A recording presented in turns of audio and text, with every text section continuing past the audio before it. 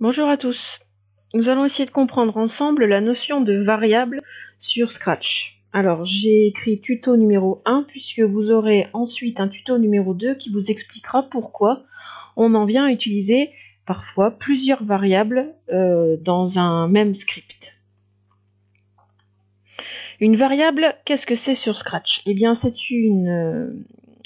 un nombre qui est désigné par un nom ou par une lettre. Sur Scratch, on peut par exemple créer une variable et lui donner soit comme nom une lettre, la lettre A, la lettre B, ce que vous voulez, ou alors un nom comme par exemple nombre ou encore score. Cette variable représente une valeur qui va pouvoir changer au cours du script. Si je prends par exemple ce script-là, quand le drapeau vert est cliqué, mettre ma variable score à 1. Qu'est-ce que ça signifie? Ça signifie que dans ma boîte étiquetée score, d'accord, donc celle-ci s'appelle bien score, donc ma variable score, eh bien je vais ranger à l'intérieur la valeur 1. Si je regarde un autre script, je vois qu'ici j'ai un peu plus de choses à lire. Mettre score à 3, ça veut donc dire que dans ma boîte qui s'appelle score, cette fois-ci j'ai rangé le nombre 3. Quand je regarde ma troisième ligne de commande, ajouter 2 à score, ça veut dire que dans ma variable score, je vais ajouter 2 à mon nombre 3. 3 plus 2, ça me donne 5. Ça veut dire que mon nombre 3 va être supprimé et remplacé par la valeur 5. Je ne peux pas avoir plusieurs valeurs stockées dans ma boîte. J'ai toujours une seule valeur. Ça veut dire que le nombre 5 a écrasé la valeur 3. Si j'avais continué ici et que j'avais mis une ligne de commande supplémentaire, ajouter 1 à ma variable score, eh bien, qu'est-ce que j'aurais eu à votre avis? Eh bien, le 5 aurait été supprimé et j'aurais eu la valeur 6 qui est rangée dans ma variable score. On va partir d'un programme de calcul, donc choisir un nombre, ajouter 3, multiplier le résultat par 2, retrancher 1 et afficher le résultat final. Et je vais demander à mon logiciel Scratch eh bien, d'établir un script qui va permettre de traduire ce programme de calcul. Comment va-t-on demander de choisir un nombre?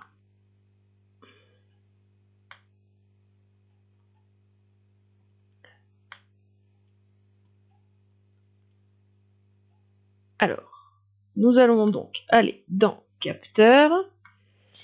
On va donc lui demander, non pas son nom, mais de choisir un nombre. Alors, si on fait ça, il me demande de choisir un nombre. Je vais donc pouvoir ici saisir le nombre auquel j'ai pensé. Par exemple 2. Le souci, c'est que mon lutin ne l'a stocké nulle part, puisqu'il n'y a pas de boîte présente pour ranger le nombre auquel j'ai pensé. Il va donc falloir créer une variable, et je vais créer par exemple de manière très originale ma variable nombre, et je vais donc lui demander de mettre dans ma boîte nombre la réponse que j'aurai fournie. Je recommence. Il me demande de choisir un nombre. Si je choisis le nombre 2, on voit bien qu'il a rangé dans la boîte qui s'appelle nombre le résultat auquel j'ai pensé, à savoir 2. Si je continue mon programme de calcul, il me demandait ensuite d'ajouter 3. Je vais donc lui demander d'ajouter 3 à ma variable nombre. Qu'est-ce qui va se passer? Eh bien, quand je vais lancer, il va me demander choisir un nombre. Je choisis le nombre 2. Cette fois-ci, le nombre 2 a été remplacé dans ma boîte par le nombre 5 puisque je lui ai demandé d'ajouter 3 à mon nombre auquel j'ai pensé. Vous me suivez? Si je continue, la ligne du programme de calcul qui suivait, c'était multiplier le résultat par 2. Je vais donc lui demander de multiplier. Alors quand je regarde, je vois qu'ici, je n'ai pas le verbe multiplier. Ben, ce n'est pas grave. Je vais lui demander de mettre dans ma boîte qui s'appelle nombre le calcul suivant. Je vais lui demander d'aller chercher le résultat qui était dans ma boîte.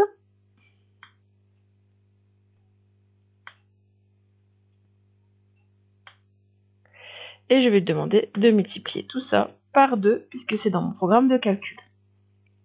Si je relance, il va me demander choisis un nombre. Je pense toujours au même, c'est-à-dire à savoir 2. Donc on était à 2 plus 3, 5. 5 fois 2, ça me donne bien 10. Donc dans ma boîte, la valeur précédente a été écrasée par le nombre 10. Ensuite, la dernière ligne du programme de calcul, c'était retrancher 1. Retrancher, ça veut dire qu'on va lui enlever. Donc c'est l'opération soustraire. On va donc lui demander d'aller ranger toujours dans la variable qui s'appelle nombre, et je vais lui demander d'aller chercher le résultat qui était dans ma boîte, et je vais lui demander d'enlever 1.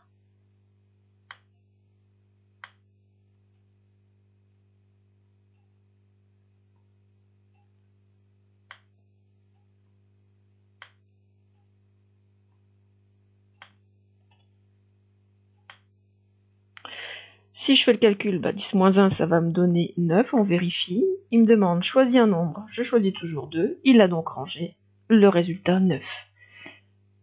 Je peux terminer mon programme en lui demandant d'afficher clairement la réponse. Alors attention, si vous lui dites dis-moi le résultat qui est dans nombre, lui il comprend pas, parce que nombre, il va juste me répéter le mot nombre pour lui dire qu'il doit me donner le contenu de la boîte qui s'appelait nombre. Il faut que j'aille dans variable et que je lui demande de m'afficher le contenu de la variable nombre. Je fais l'essai, choisis un nombre, je choisis le nombre 2, il me dit bien le résultat 9. J'espère que mon tuto vous a aidé à mieux comprendre la notion de variable. N'hésitez pas à faire maintenant la fiche d'exercice. Bon courage!